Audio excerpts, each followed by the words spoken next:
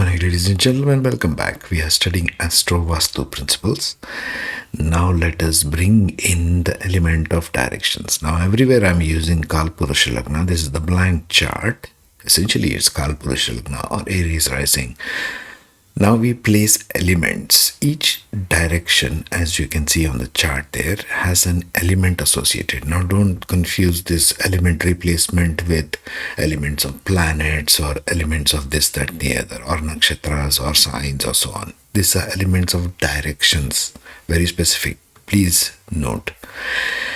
What do elemental directions bring? How the five elements carry on your natal karma into your living space. Planets do not act directly, they act through elements. They act through directions. If an element is disturbed in space, the planet ruling in your chart cannot function clearly. If I stick the moon in house number, let's go back to this chart, in the house number 11 and 12, it's a watery planet and element there is fire. Now tell me, water and fire are self-destructive, isn't it?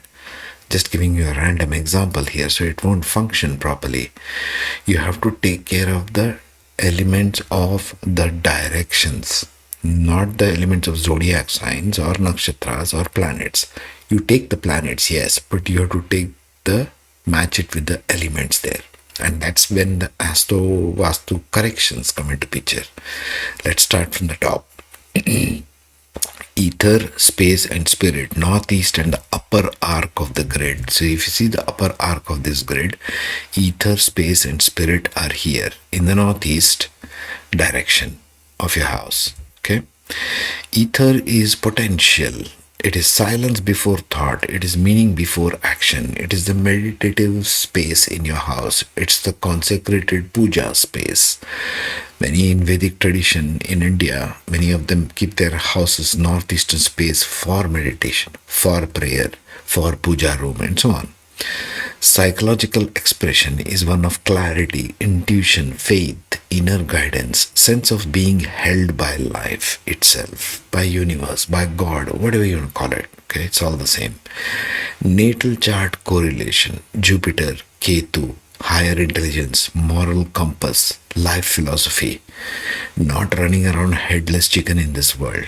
You're getting your guidance from within your center, that is the northeast direction. I shall explain this when I come more to the Vastu part of it. When ether is balanced, you know what to do without even overthinking it.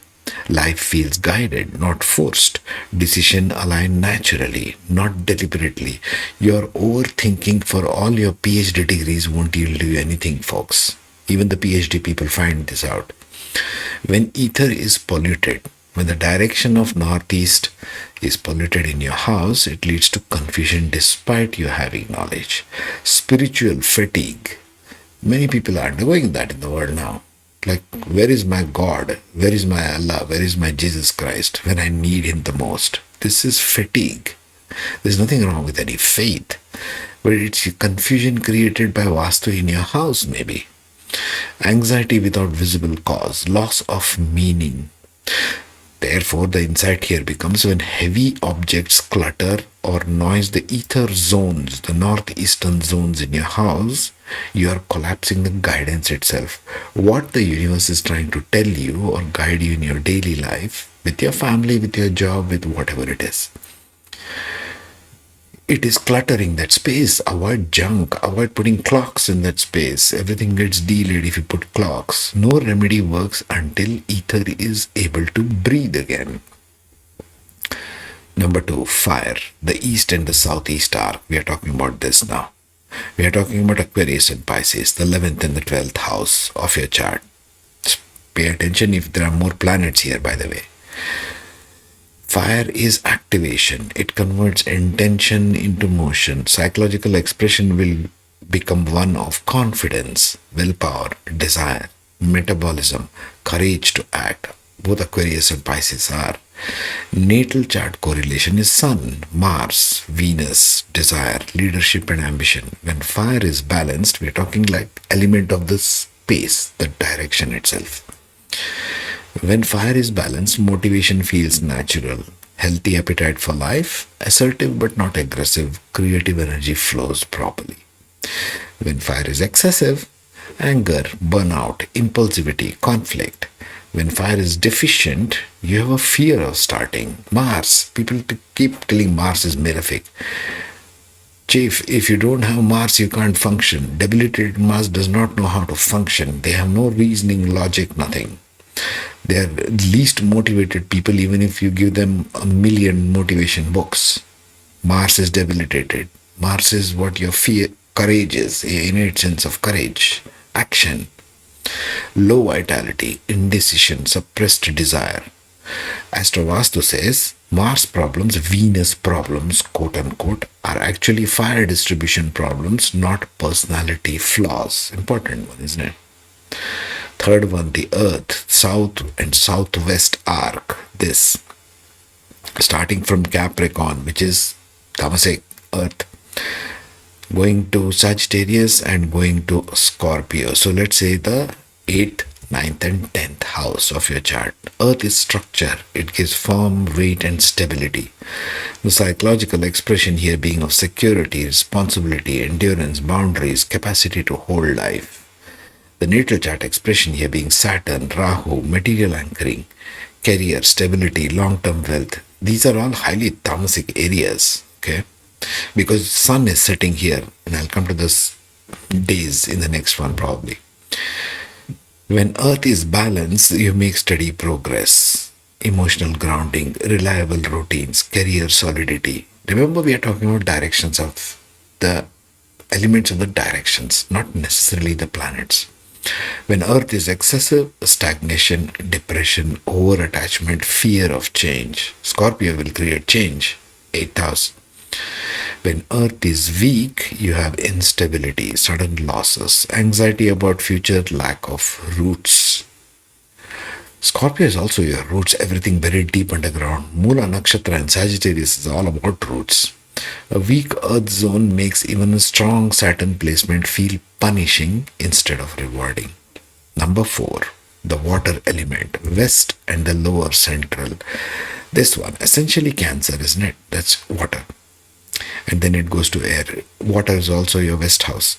So, west as well as the north directions are water elements. So, having watery elements like, let's say, fountain or paintings with blue color is helpful in these areas. Water is processing, it digests, experiences emotion. The psychological expression in this case being emotional intelligence, memory, adaptation, pleasure, and grief processing. In natal chart, how that will play out. Moon and Venus, both are watery planets, both are Brahmana planets. Emotional bonding, emotional body, subconscious patterns.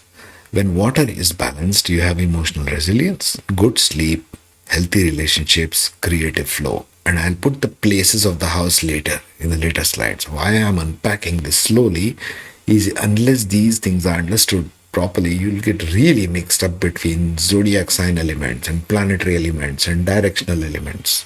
It's really becoming a headspin then.